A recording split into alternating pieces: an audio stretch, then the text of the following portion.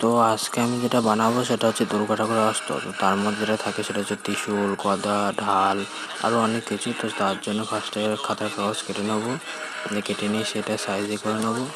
করে নেওয়ার পরে তারপরে সেটা রং করব, আর ব্যাস হয়ে গেল।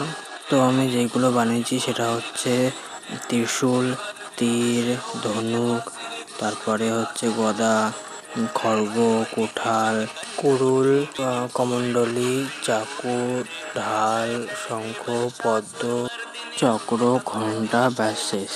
তো আজকের ভিডিওটা এই পর্যন্তই। টাটা।